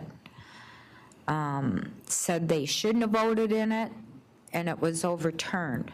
So there is a determination from the BIA saying that there was, yeah, so it's got to be around somewhere, probably in some of the election papers, maybe. Okay. If not, I'm sure the BIA would still have that. Yeah. That'd be helpful. Thank you for that information, Kim. I was not aware of that, actually. Rob? Yeah, I was aware of the determination by the BIA. And it's true, we can determine our own membership, and we should determine our own membership, but that power should rest in the hands of the people, not the board. So I think that's the main point in it, which thank you, Colleen, for recognizing the board's willingness to work together, and that I don't think the main focus should be on Mackinac Band or that. I think the main focus should be the separation of powers right now, which is why I retracted only the articles that are needed to achieve the separation of powers, because things like that do get contentious. And if we can all agree that we want a separation of powers, let's worry about the other stuff after. Let's get this done. Thanks, Rob. Aaron Payment? So, all right, when Rob brought this forward, I propose to refer this for review in October and November, and it's end of November, and this is our first meeting that we've talked about it. So what I would like to suggest, and can't make a motion, but I'd like to suggest, as a show of good faith to the membership, that we didn't just stall not to do something, that we schedule at the end of the December 2nd workshop, December 3rd, that we schedule a full-day workshop, not 3 hours at the end of the day, and do December 3rd, 4th, 5th, 6th. We can schedule it for the 3rd, and we can recess each day until we're done. And I know people have other plans that are not related to the tribe, maybe working someplace else or vacation plans or whatever, but we can Zoom in, and you know, we need to make up for the time we did not meet in October and November. So I would like to ask that we do that, so we can show the members that we are earnest and show a good faith that we are going to get through this. So I'd like to propose next Tuesday that we start at 10 a.m. and that we schedule it, and we can just recess each day until we're done. I just want to point out, next Tuesday, we have a full workshop and board meeting on December 3rd. Oh, okay. December 4th, 5th, and 6th, we can't use this room. They're updating the microphone stuff, and that's been kind of a priority. So if you guys are going to do that, we have to find another location that has Zoom capabilities. So we could use one of the convention rooms or potentially admin, the third floor boardroom? Yep, just not this room, just so you know. I think Edmund's set up for it, isn't it? Yes. But members, it's not going to be as easy from, well, actually, if it's done. It's very hard for members to get to the third floor. Yeah. Yeah. So I'll throw this out there. I think we need to discuss on our next single meeting, and we won't talk about that right now. We'll talk about this towards the end of the meeting today. But I think we need to be respectful of each other and our membership. I think noticing membership 5 days that we're going to have consecutive board meetings next week is a disservice to actually honoring their input. So it's either we're going to honor their input and invite them out maybe a few weeks in advance and make it accessible to them, or we're not. But I'll go with whatever the majority of the board agrees on. I'll be here with you guys. I just, like, we're talking about working together, so let's not push each other to the point where we're not working together anymore. That would be my one ask of us. I have some people online that want to speak. Renee St. Andre, and then anybody else, if you want to speak up online, please raise your hand. And then if you cannot raise your hand, unmute after people are done speaking. Renee?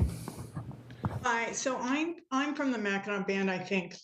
But at the same time, when I look at my lineage provided by the tribe, it looks like I'm really from the Sioux. So for a person who represents my children and grandchildren, I've asked for more clarification for that. So just keep in mind, there's a lot of us that are confused about where we come from, but that's not really what I wanted to talk about.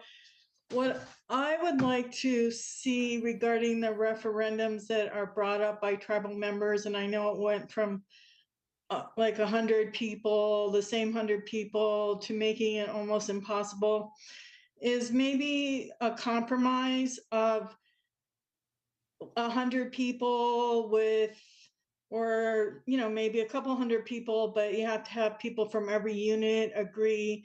And then but the main thing is the cost. As somebody who just really wants to see our tribe succeed and keep our costs low, is that they have the option, if they don't have place a referendum up for vote during a normal election cycle, so that it costs the same, you know, or almost the same when you send out the ballot, that they have to pay for the cost to, just like a state or county election would do, if that they would have to pay for that extra cost themselves out of their own group. That is my only suggestion, and thank you for your time. Thank you. Thank you, Renee. Nancy Hatch. Nancy, if you can hear us, go ahead and unmute. I can hear you. Can you hear me? Yep, go ahead. Okay, I just wanted to ask, please don't stall on scheduling the next workshop. Be assured, I doubt members are going to be offended at all with just 5 days' notice, because members have been waiting for years.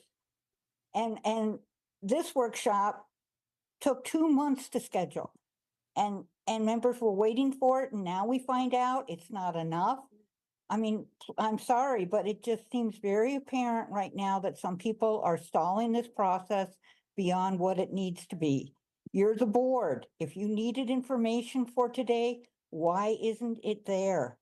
You're the only ones that can control this. Members can't. So I'm just asking, because it's getting to the point where it is readily apparent now that there are just issues being thrown out on the table to prolong this. So please get it done ASAP. Thank you. Thank you. Is there anybody else online that would like to speak that is unable to raise their hand? I'm good for now. Thank you. Thanks, Clarence. How about anybody else? Nobody's unmuted. It looks like somebody just unmuted. Poor Grave just unmuted. Charles, it looks like you just unmuted. Do you have anything to say? Can you hear us, Charles? While we're waiting, I would like to suggest that. Go ahead. Turn your mic on, though. I would like to suggest that if we are close to being done, the weather is starting to look really, really bad for those who have to travel. Oh. Okay. Well, I'm good, but I only have a little distance. I could stumble home. Oh. Well, if I die, I die. It's a service to the people. We'll put a statue up. Yes. I don't know what Nathan Wright has his hand up. Nathan, go ahead and speak. We'll name a drum after you. Charles, Charles, if you can hear us, we cannot hear you, so we're going to move on to Nathan. A drumstick. Nathan Wright, can you hear us? Yay. Nathan? Move on. You see your hand up? You're muted if you're speaking, Nathan. And we can't unmute him. All we can do is ask him to unmute. Which is weird. Could be the weather. Yeah, Nathan, it's your turn to speak. You're not unmuted. We can't hear you.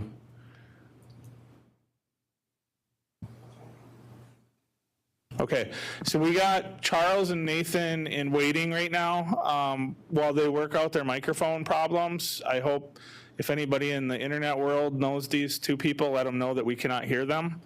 We're going to move on to our general counsel to begin responding to some of these. Oh, Are you look. there? Yeah, we can hear you now, Nathan. Go ahead. Okay, sorry about that. I appreciate the opportunity to talk about this. I agree. You know, a lot of what people are saying here, including Nancy, I agree exactly with what she's saying. I think we just need to move it forward. I also agree with just doing the separation of powers, just because there's all kinds of other issues. Matter of fact, most of the things that everyone said here, board members and tribal citizens, I'm in agreement with. But the key is do it as quickly as we can, just because there's so many questionable things that are happening in the federal government that we don't want it to deter. I did contact the BIA briefly. I don't know if anyone had mentioned this because I came into the meeting late, but basically they said that they can review for free what we have. So meaning they could just look at it and say, okay, this is good, but if you do this, this is going to do this, and it's for free, and they would send it back to us. And they also mentioned that they did do things by item. So they did things by item. So in other words, it wasn't like a full constitutional revamp like we were trying to do. It's you're changing this, so this is what you're changing it to, which is what the separation of powers would fall under. I think that would be a lot easier, a lot quicker, and I'm really happy and ecstatic that we are apparently moving forward with it. I hope it really does go forward and completes, if anything, at least the separation of powers. Everybody I've talked to in all areas of the tribe seems to be for this. And I also agree that we set timelines on things rather than say, everyone review this forever. We say, everyone look at this for 1 week.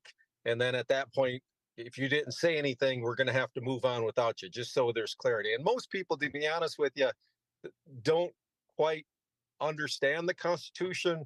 So we almost need like an interpreter there too. I don't know if that could be an attorney or just someone to kind of make it easier for people to understand if they have a question about something like, what does this mean if this happens? So anyways, just my suggestion. Appreciate everyone that's putting effort forth in making this happen. Miigwech. Thanks, Nathan. And Rob did mention that, but we appreciate the recap because we know we had a lot of people rejoin about the BIA. Yeah, I was going to say, it's not often Nathan and I agree on everything, but I agree with everything he just Hey, said. whoa, you're done. You're done. Out of order. Everyone's excited, so it's cool. No, he was talking about the technical review by the BIA, and Yeah. he's absolutely right. They will do it for free, and it is a good resource. Yeah. Yeah, I'm just giving Rob credit that he did bring this up at the beginning, but we have a lot of new people that joined in, so it's good. It's good to recap that. That's cool. Right on. Thanks, Nathan. It looked like Kelly, you tried to unmute yourself. Are you done, Nathan? Sorry, I didn't mean to cut you off. Oh yeah, I'm done. Thank you. Appreciate it. Just very excited about what you guys are doing. Cool. Just very excited, and I hope it keeps going. All right, excellent. Kelly, it looks like you unmuted. Did you want to say something, or was that an accident? Nathan just said everything I was going to say. Okay. And then Charles, we'll go back to you one more time. If you can hear us and can unmute, I'm going to have to move it on to our general counsel if you can't.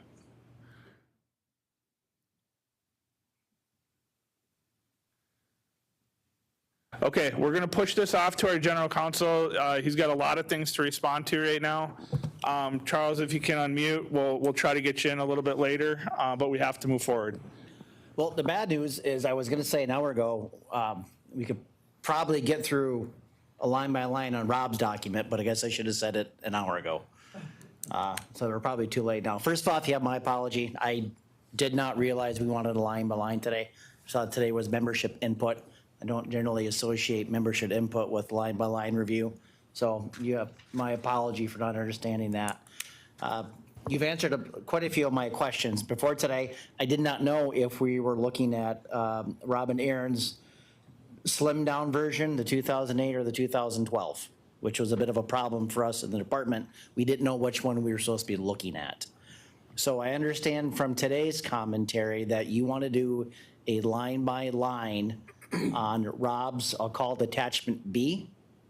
I need a bunch of nods on that before we put a bunch of work into it. Yeah, so the Everybody Bill of agree? Rights, the Bill of Rights, But The you said it- separation of no, no, powers hang on. and jurisdiction. So I thought I heard you say earlier, attachment B had some modifications. that were Either not- one, Aaron. So A is just the clean version, and B is an explanation of anywhere there's an edit. So A and B are pretty much the same, but just B includes the explanation of edits. So you want to do a line by line of Rob and Aaron's attachment, correct?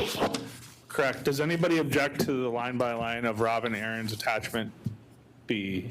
Okay, so if you want to preview before the line by line, the document I sent you a couple days ago is the 2012 version, and all of the commentary in that document will capture everything in attachment A. So what we'll do is I'll boil attachment, let me back up a little bit.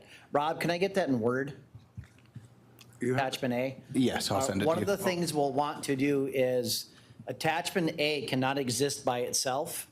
And if we were to adopt A as is without it having it being physically incorporated into our current constitution, no one knows what was deleted or not deleted. So we need to take A, need to take our current constitution, and those two documents need to be merged. So we'll do that before we do the line by line.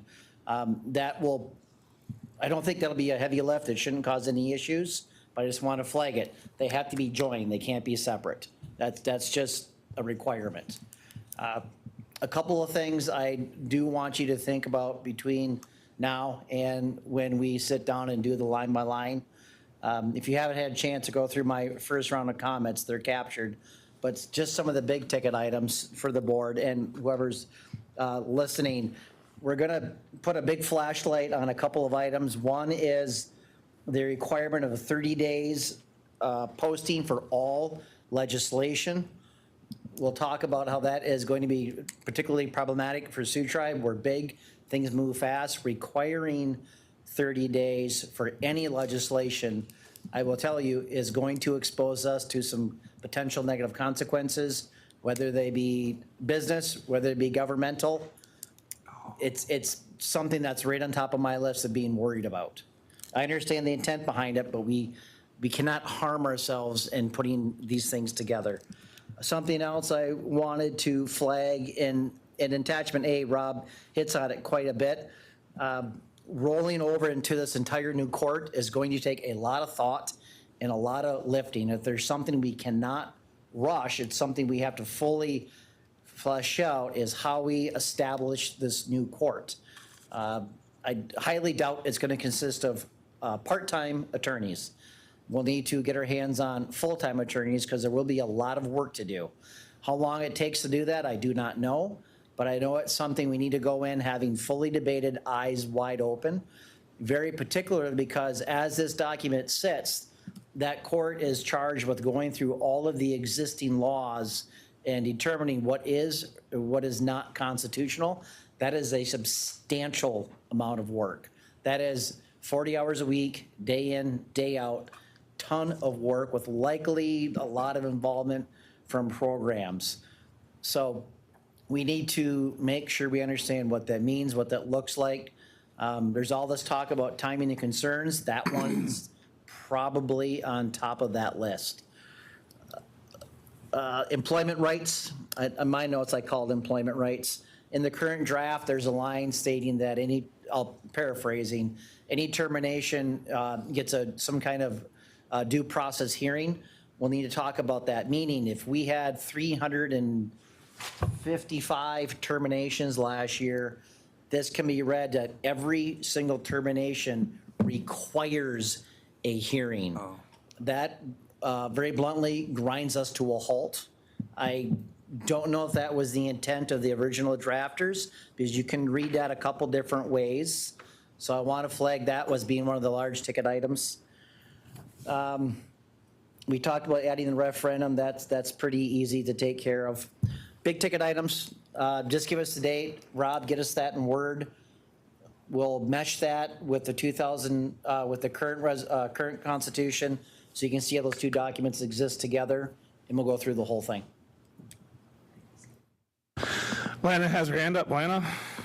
Yeah, Aaron, I appreciated your review of that, of everything, but those couple of things that you cited, and those should weigh, in on our decision, but I would like to ask that, I know it's probably a heavy lift too, but if there maybe some thought with the legal department on what we could do in place of these things. So 30 days for all legislation, I don't know if I agree with that, because there is some things there, but a recommendation, either to mirror, either as close to as we can get it, a different recommendation for it to come to that. If the whole, establishing a brand new court, what we can start out with and phase it out or phase into it, something where we can have a recommendation that we can all agree on and move forward so it doesn't halt it. Because I hear what you're saying when it comes to some of those things that you're bringing up. Yeah, noted.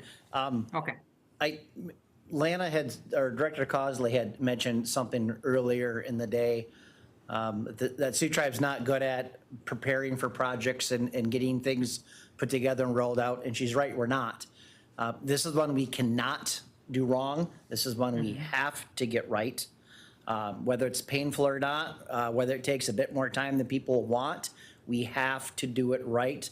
The consequence of doing it wrong is that everything we do wrong that we could have done right now potentially goes across the street to get litigated. And my number one concern is not having too much legislation in the draft constitution. Aaron hit on that earlier. But number two is setting a system up where we are by default running this government through the court because we did a bad job. If there's one thing other tribes suffer that go through this process is they miss something, they miss this, and they end up having the next 5 or 6 or 7 years just be wall-to-wall litigation. It's not fair to the court because in some sense, they're the one now making all these massive decisions for how to govern the tribe. So we need to be careful. We need to be thoughtful. We need to do it right. That's my speech. Thanks. Lana, are you done? Yes, sir. Yep. We got Rob and Aaron. No, I agree with our general counsel. I think it needs to be done right. I think we need to put all the thought into it. But I also think that the document is, we're almost there. And I think that we need to put in our last bit of work, but it needs to be done thoughtfully and thoroughly. And then, so like Aaron mentioned, stuff like the 30 days for legislation, I think those are technical issues. And I think as long as we don't change the fundamental issues, the technical issues we can work through those, whether that's we don't include the technical issues within the Constitution, and that's something that legislation could happen. Because remember, if we move forward with this, legislation is going to be checked by a judicial review anyways, so it'll be done correctly. I'm fine with the 5 days. I think those are technical issues versus fundamental issues. And I think that as long as the fundamental issues, which is a clear separation, a court that could interpret and rule on constitutionality and give our members standing in court, I think those are the fundamental issues. And if those don't change, then I'm fine with technical issues being reviewed and changed in a way that makes the functionality of this better. So I definitely agree with our general counsel on this. Aaron. So, so one of the reasons why the implementation period was put in on the 30 days, and I don't know that it has to be 30 days, but it's a simulated notice and comment, because as United States citizens or just citizens of Michigan or of the city or townships or counties, whatever, when something's passed, we as the citizens have an opportunity to weigh in to affect whether or not something is fully implemented. And we don't have that in the tribe. We have a 5-day notice requirement, and it's bastardized sometimes because people will put an item on the agenda, but they won't include what the detail is. So where that technically meets the 5-day notice requirement in the Constitution, it's not in good faith, because things will be put on the agenda without any detail, and I don't think that meets really the notice requirement. So if we could figure out something, short of 30 days, also for the implementation, it is a complicated matter because we have a lot of laws that potentially are going to be challenged once we give people the right to challenge them for the first time, which is really what a democracy is.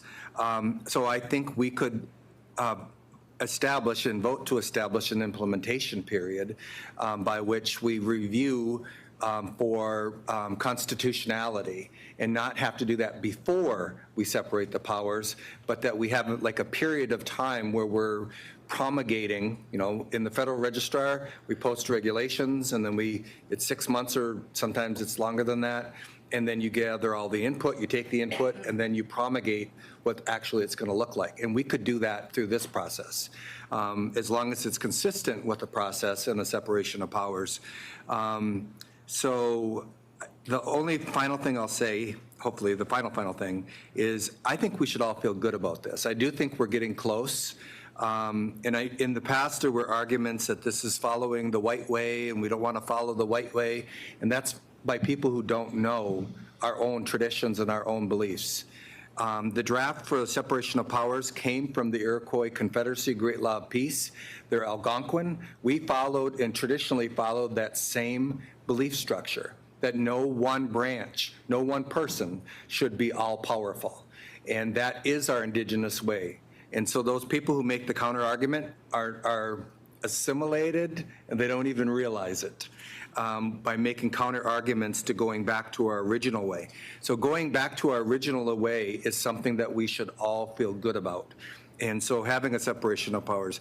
You mentioned the other tribes, Little Travers and Little River by name, have had problems with the fights between the legislature and the executive.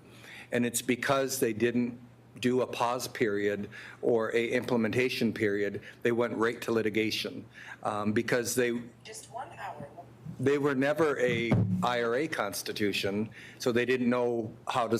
They were a tribe before they were recognized, but they ended up fighting over, because of historical trauma and trying to figure out who's got the purse strings, who's got the power, games that were played. And I think if they had to do it over, they probably would have promulgated the separation and legislated that along the way. I can't speak for them, obviously, but so I think if we just build that into the process, I think that will be how we get there. Yeah. Any other comments? Yeah, so I mean, as Aaron Schlaber had stated, like, these are the exact reasons I wanted to go line by line, is to see how this would impact our day-to-day function business and our government, because our resolutions, our bills, they're all legislative. So we pass budgets, whether they be $10,000 or $100,000 budgets, we have to pass them in order to have them functioning. That impacts our grants, that impacts our day-to-day business. So we're going to need to come up with either a more efficient mechanism for passing budgets and authorizing our professionals to be professionals, or address the actual time period in which is laid out. Right now, we have a default where we can go on the vote of 9 to add something to agenda. So we'd need to look at that and the time period. But as Aaron Payman had mentioned earlier, let's figure out ways that we can come together as a yes for each of these items instead of just saying that these are the barriers, we can't pass this because of this. So if we can highlight each of those barriers and come up with alternatives or options to make it the right way to do it, I think that's clearly what we're tasked with. I don't know how anybody else wants to do this, but is there anything else that you'd like to address on this topic? Rob? I think we just need to schedule the workshops. I think that we should do that. I would ask that if Lana asks you 24 hours or less, please respond. She shouldn't have to wait a week for people to respond. Exactly. I should probably get the date before we leave here today. Aaron, how much time do you think you're going to need for the first run through for the Constitution? How much time will I need? How much? Well, you need to go through it line by line, and I guess we would ask. Huh? Yeah. But that won't take long. That won't take long? Okay. And then how much time to discuss it? I can do it in probably an hour. You guys, I don't know. Okay, so I would ask the board this then. Would we be willing to sit back and let Aaron go through the entire document in an hour and then have our discussion after he goes through it. We can go back line by line as needed, but just allow Aaron his time to do it. Everybody, Schlehuber. Everybody comfortable with that? We'll take all your mics away. So Aaron Schlehuber needs 1 hour, and then maybe a few hours beyond that for board and community input. So 2 to 3 hours more than that. So probably a half a day to start. Okay. Do you guys think that would be sufficient, or would you want to do a full day? I would say schedule a full day, and then, because if we need it, it's there and it's scheduled. Yeah. But I don't think we should need any more than one full day. Okay. So 1 full day. 1 full day. And by full, are we talking 10 to 5? Yeah. No, 7 to 5. Yeah, okay. Hey, I gotta get up at 4 to get here. Can I make a suggestion? Go ahead, Lana. What did you have to say? Yeah, tonight there's a weather advisor. Everybody's chomping at the bit to get out of there, and I realized that because I wasn't able to make it because of a fever. But so Tuesday, December 3rd, why don't we schedule it for the 4th all day, Wednesday the 4th? That way, people can stay overnight and get up the next day, start it at 9 a.m. and go from there. Perfect.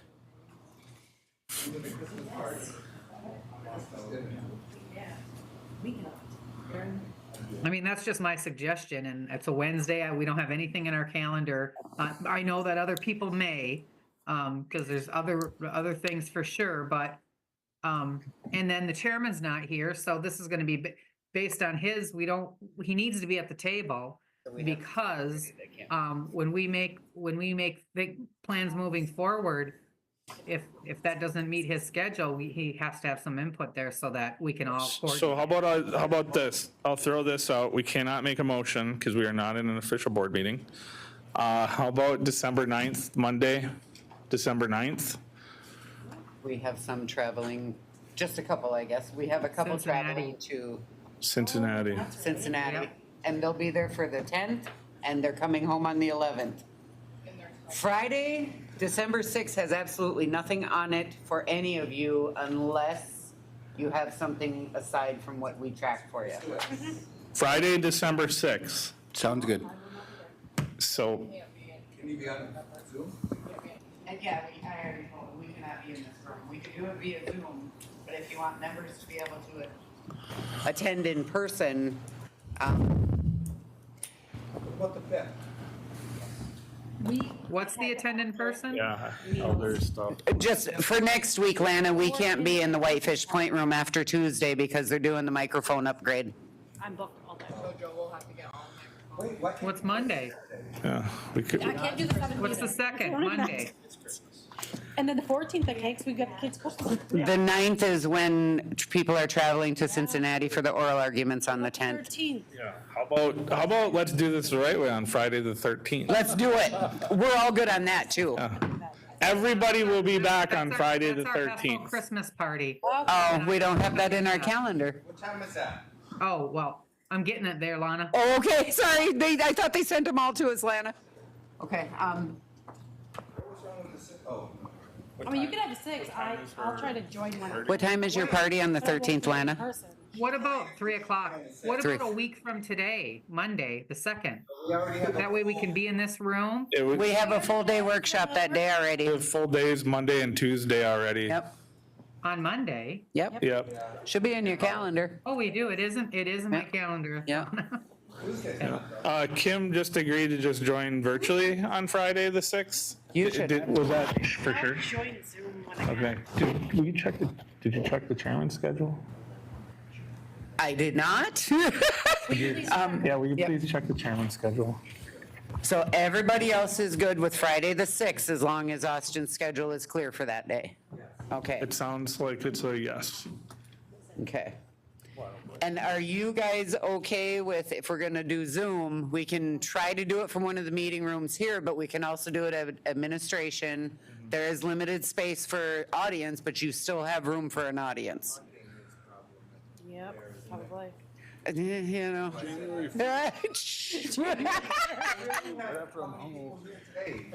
Right. Why can't we just do strictly Zoom that day? What about Grand Island?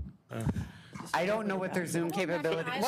So Bridget does have a good suggestion. What about strictly Zoom? You know, everybody's got to raise their hand. Everybody, all the board members know how to do it. Anybody against strictly Zoom meeting? Well, I think we have some elders that might come here and not know how to work Zoom, though. Well, we could do it at administration. If you, as a board member, want to just join strictly Zoom, those that wanted to be in person can join us at admin. We have enough room in the meeting room for an audience, especially if it stays about this size. Even a few more, we can set up enough. We used to have extra passes for parking. Do we still have that? No, well, I don't. Well, then we can just have quarters. We'll just give people quarters. Wait, do they do that anymore? No, I don't have anything. They do have metered spots. Yeah, and if you park out front and you can find a space out there, it's free for 2 hours. Let's go backwards.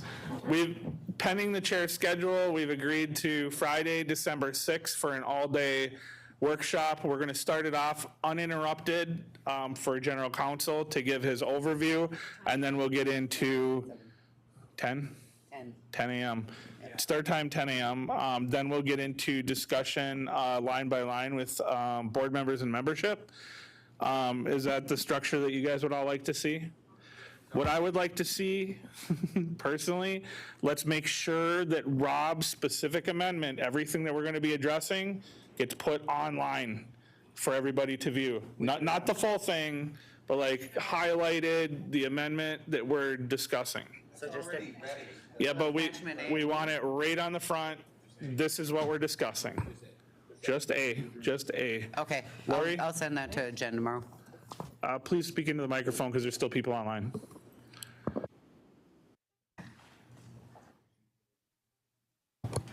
Yeah, since it's going to be on Zoom, I hate to ask this, Aaron asks, but will you have a red line available online? Yeah, so when he's going through it, he will have a red line up for us to view. And since most of us will probably be on Zoom as well, like that's the only way we're going to be able to do it. Yeah, right? no, I'm just saying. Oh, the red line online. Could he post it online? The only reason I say is I'm, quite a lot of us probably that work in tribal citizens that work for the tribe or in related organizations will probably be out in Palm Springs for Indian Nations Conference. And for us, I know we're traveling back on Friday, so I just want to be able to give you my comments, Aaron. Yes. Do you know what I mean? His red line, if he could post it like he did these other documents, you had it on the web He said page? the answer is yes. Perfect. Yeah, he can do that. All right, thanks. Thank you. Lana? Yeah, Lana, do you have the chairman's schedule for business? So just because I wouldn't want, I do think it's imperative he be here so we're all on the same page and he hears input from us as the governing body and the tribal membership. I am sending him and Elaine an email right now. As soon as I get confirmation by tomorrow morning, Lana, I will send out a message to the board. And as long as his schedule is clear for the 6th, I'm going to get the notice out for our members as well, along with the appropriate attachment from Rob's proposal. Perfect, thank you. Yep. Thanks. All right, anything else? Hearing nothing else, workshop adjourned. Thanks, everybody, for attending. We're going to actually do this? Wow, been a long time.